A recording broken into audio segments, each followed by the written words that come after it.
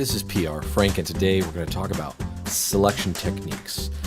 In Photoshop, all of the images are made of pixels, and that's the main point, is to be able to select things well. So if you look at this lesson as a detailed explanation of how to select things, you should be pretty successful in doing what you want to do in Photoshop. Now, this type of image is a standard one people would like to try to get rid of the background with. And if you just pick any selection tool, these second, third, and fourth tools are all the selection tools, and there's selection tools underneath each selection tool. If you just have any of them selected, then in your options bar, you have select and mask. And this is really handy. I'm going to go ahead and click that. And it brings us into what seems like an empty document. Well, I'll just drop down the view, and let's view this image on white to start out with.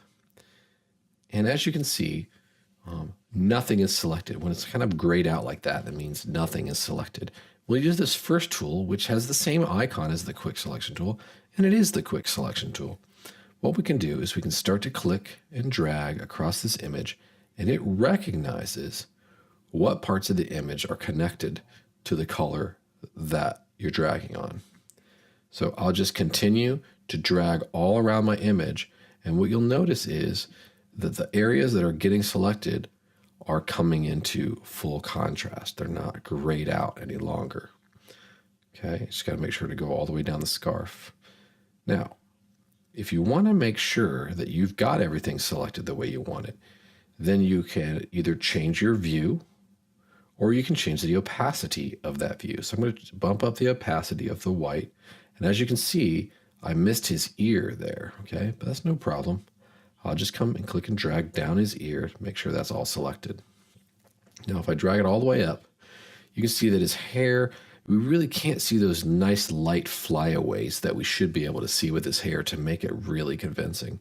So we'll take the second tool, which is the Refine Edge brush.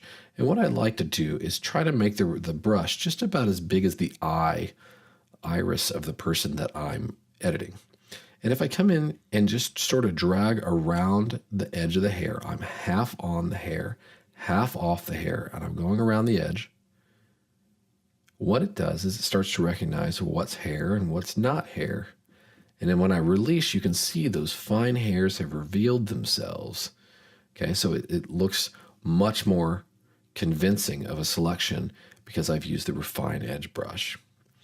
You can also use this brush here, which is just the brush tool, and it works much in the same way that our quick mask tool works, where if I paint with plus, it will paint pixels, and if I paint with the minus, it will subtract pixels. Okay, so once I have something I'd like, it looks like I may have missed an area here of his scarf, which will be a good use of the plus tool here. I'll just come down and I'll paint that in. Because it's on the interior of everything. I don't really need to worry about hitting an edge that's not there. Okay, so I think I've got everything I need for this image. Just to double check, I can drop this down and look at it on black. It's looking pretty good on black too.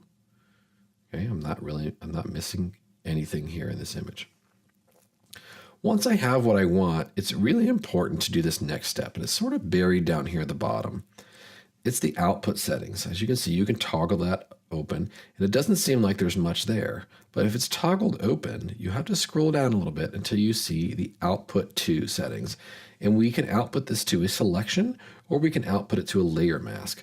And layer mask is a really great way to output this. So I'll choose layer mask, and I'll choose OK. And now it's made a layer mask that is white for the parts that I want to see and black for the parts that I want to hide. And that allows me to do a lot. I can take sort of any other thing, any other background I want. Let's say that I want to use a gradient. I can choose a gradient fill. This white and blue is kind of cool. Maybe I'll reverse that. Say OK. And reverse these layers too. And now this guy is standing in like a really cool kind of bluish place. Maybe it's foggy blue day or something like that. But there's a multitude of things you can do to add something behind this person that you selected out using select and mask.